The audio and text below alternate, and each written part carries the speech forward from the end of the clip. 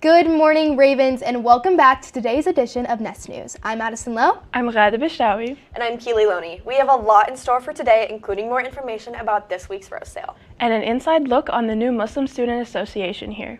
And lastly, a look into our theater department's one acts. Guys, I'm so excited for this episode. Let's go ahead and roll that intro.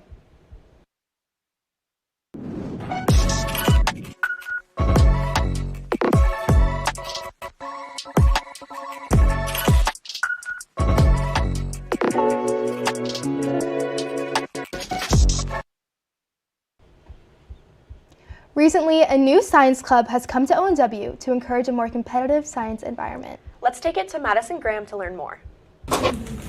The Newcomb Science Club is a club for students to do what they love and to get creative.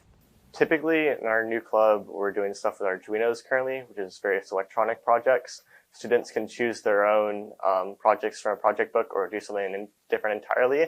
And if they have something they want to do other than Arduinos, we can do that too. I think the favorite part of the club is seeing how people pursue different parts of computer science.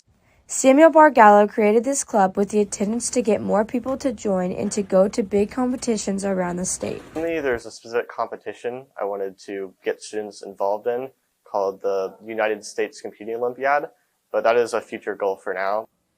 To all my fellow scientists, this is a new student-ran club for the ONW scientists that are wanting to take their science career more competitively. Yes, so the reason I took on the opportunity of sponsoring this club was to give students the opportunity who may not have room in their schedule to take programming, who just have an interest in programming, to have the opportunity to come in after school and learn about the tools and options available to them. Yes, so we actually started off the semester learning about some basic Python. Python is one of the programming languages available that students can code in. Currently, we're working on Arduino projects. Students have the opportunity to work on several different projects that align with the given skill set where they're at. And then for future, we're really just looking at seeing what our club members are interested in learning, maybe a little bit of Java programming within the future. This club meets every Tuesday after school till 4 in room 2308. Hope to see you there. This has been Madison Graham. Today I have Hassan Kazmi to talk to me about the new Muslim Student Association Club that has started up recently. So I know that you are not part of the board yet because they're still doing elections, but just tell me, what is the MSA? What do you do? Yeah, so basically the MSA is a student association catering towards Muslim students at ONW. We try to have an environment that Muslims can freely practice their religion with no issue, and also do stuff that related to the Islamic culture. And we try to develop a good environment for the people at ONW. So is it just for Muslims or can anyone join? No, actually anybody can join. It doesn't matter your race, religion, or any type of background. It's free to join, anybody can join, and would gladly have you guys join. Okay, so are you more about like education or is it more like fun activities? It's a little bit of both.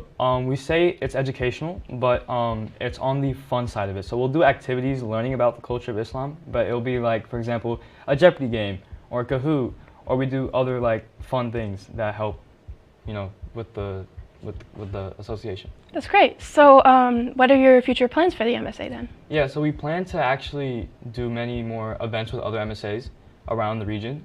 And the reason why we do that is because, first of all, it helps promote the club, but also I think it's a good environment for the students at ONW so they can experience, and talk to and interact with more people. And it helps with the environment overall with Muslim students in the region. Okay, well, that's all I have for this segment, so thank you so much for joining me.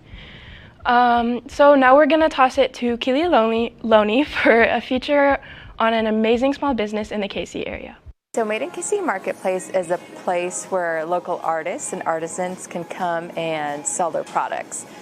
Everything in the store is locally made and owned, even if it's not Kansas City themed, just like this honey. Yes, you have to be local to Kansas City, and there's a percentage of the product that has to be manufactured or designed in the city. I'm not quite sure of the exact number, but there is a requirement. Right now, with the Chiefs going to the Super Bowl and Travis Kelce dating one of the most successful musicians, people are going crazy for Kansas City gear. Oh, well, right now it's all things Taylor Swift and Travis Kelce. Other than that, it's just, I mean, Sandlot hats are very popular. We have our pantry items. Barbecue sauce is also another one that just flies off the shelves all the time. It's a lot of fun working here. The people are great. Every time we get new inventory, it's like Christmas time. Like, you know, you open the boxes and see what's new. Besides merchandise, they also have a bar and cafe. It's all locally roasted, all locally brewed, distilled. We also get pastries from Scratch Bakery, and I help run the shuffleboard lanes as well. Made in KC is truly a triple threat. Merchandise, food and drink, and even full-length shuffleboard. It's pay to play, so you can rent it by either a half hour or a full hour. Weekdays, you get a little bit of a better deal than weekends. It's like $15 for 30 minutes and $20 for an hour. It's homegrown, right? The vendors are local. And so it just brings all the profit revenue back into the community. We always have a different local roaster of the month. So we always have a certain kind of coffee for our house coffee, but then we also have a different smaller coffee shop that we'll pull beans from. And so you can have a different roast. We also rotate different beers on our tap. So even if you've come in once, you might come in the next time and have totally different options available to you that you can try. Ravens, make sure you go out and support your local businesses. For ONW Now, this has been Keely Loney. Now back to the desk. Hello everyone, once again, my name is Addison Lowe. Today I'm joined by Junior Class President Megan King and Secretary Izzy Rothen to talk a little bit more about the roast sale happening this week. First of all, I want to thank you both so much for joining me today. Thank you for having us. Of course. So my first question for you guys is, can you just give me a broad overview about what this roast sale is? Yeah, so the roast sale is sort of like candygrams that you would have done in like elementary school or middle school, but this time it's with roses. So you can buy a rose and give it to a special someone this Valentine's season, and you can write a sweet little note to it, and it'll be delivered to their AI on February 13th. Amazing. And then my second question for you is, how much do the roses cost, and then who does the money benefit? The roses cost $4 and they're cash only, and the money benefits junior committee, but specifically the upcoming prom. So if someone is looking to buy a rose, when and where can they get them? So you can buy them this week during lunch. There'll be a table in the comments, and yeah, so you can buy them up until February 8th. Perfect. Okay, well, you heard it there, Ravens. If you want to support prom and buy a rose for anyone, don't forget to do so during your lunch throughout this whole week. Again, thank you so much, Megan and Izzy, for joining me today and giving us more information about the sale. On another note, before we take it to Keely about the One Act Festival, Elise Cates has more on Dance Fit Flow. Dance Fit Flow is a business that provides dance classes for adults looking to get back into dance. Let's hear from Callie Fisher to hear more about their 305 class. So it's just designed as a nonstop 45-minute dance class that has all sorts of different styles, but it is nonstop cardio for 45 minutes. So it's a killer workout, and it's also a lot of fun because it has that Miami flavor. Callie has been a member at Dance Fit Flow for 4 years and has been teaching for one of them. We asked her to break down the structure of a typical class. So class starts with a 10-minute warm-up, and then it goes into the choreo section. Then we have a breakdown of toning moves that I build every class, and that's all in your own time. Callie talks about what inspired her to start teaching. I danced when I was younger and all through high school, so I had a passion for it. I started taking this specific class that I teach now, and the instructor was so fun that I had to get certified. If you are interested in signing up for a class, go to the Dance Fit Flow website where you can see different class and time options. For the Raven Network, this has been Elise Cates. Welcome back, Ravens. Today I'm joined by Mr. Manich to talk about the One Act Festival. Thank you so much for joining me today. Of course. So tell us a little bit about what the One Act Festivals are.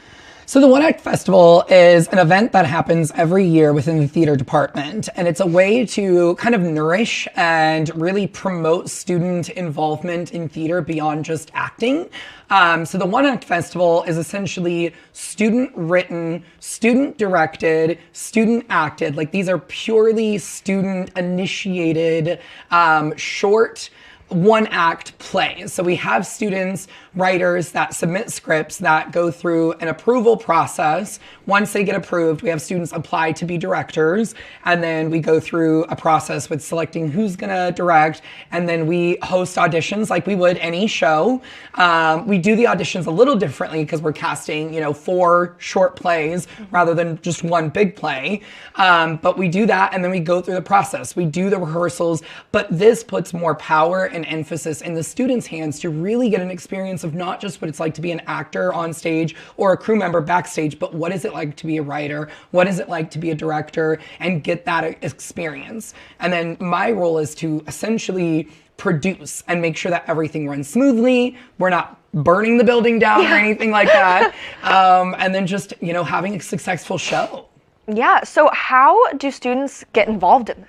So there are flyers that are posted around the building currently that have a QR code. So you can easily scan the QR code. It takes you to a Google form that you fill out, putting in your student ID number, email, all of that stuff. And then you just sign up for auditions, which are actually today after school. So if you have, you know, some opportunity or availability, it'll be in my room today after school at 3:15. And I just can't wait. I'm so looking forward to it. Yeah, it sounds really exciting. And I love that it's like, it puts emphasis on the students. Yes. I really love that. 100%. Yeah, so have you guys selected some of the shows that are going to be done? Yes, so the selection process happened at the end of winter break. So we had like a due date, and then we read through them. And so we had those selected back in like early January.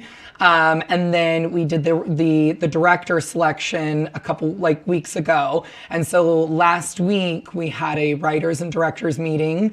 And now we're gearing up to hit the ground running and start the whole process. Awesome. Sounds so exciting. I can't wait to see them. Thank you. Yeah, thank you so much for joining me today. I really appreciate it. I appreciate it as well. Yeah.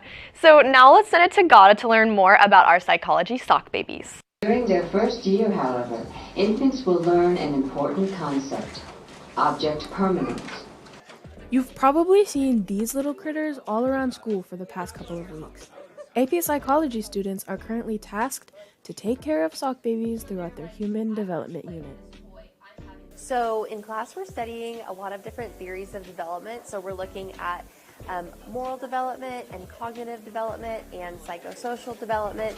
And then all those theories that we're learning about, we then apply to our sock babies and kind of, you know, obviously we're pretending and kind of making up things about their lives, but we take those concepts and apply them to those sock babies so we can kind of learn the concepts at a deeper level.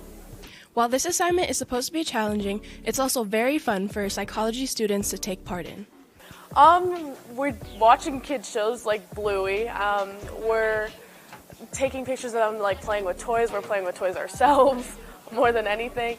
And we're taking pictures of them like doing illegal things as they grow up because the rebel stage and all of that kind of stuff. The sock babies will continue to appear around school until the AP Psychology classes finish up the rest of the development unit. For ONW Now, this has been Ghada Bishtawi. Before we end the show, we want to give a huge shout out to the student pianists that performed at the Keisha Regional Piano Festival this weekend. Eric Anderson, Nathaniel Adele, and Nick Yelton earned excellence, and Riza Brecken Will Mathina earned superiors. Congratulations, guys. Well, unfortunately, that's all the time we have today for Nest News. Don't forget to check out all of our productions this week, including ONW Now this Thursday. And of course, follow us on all of our socials at the Raven Network. Raven Nation, let's fly!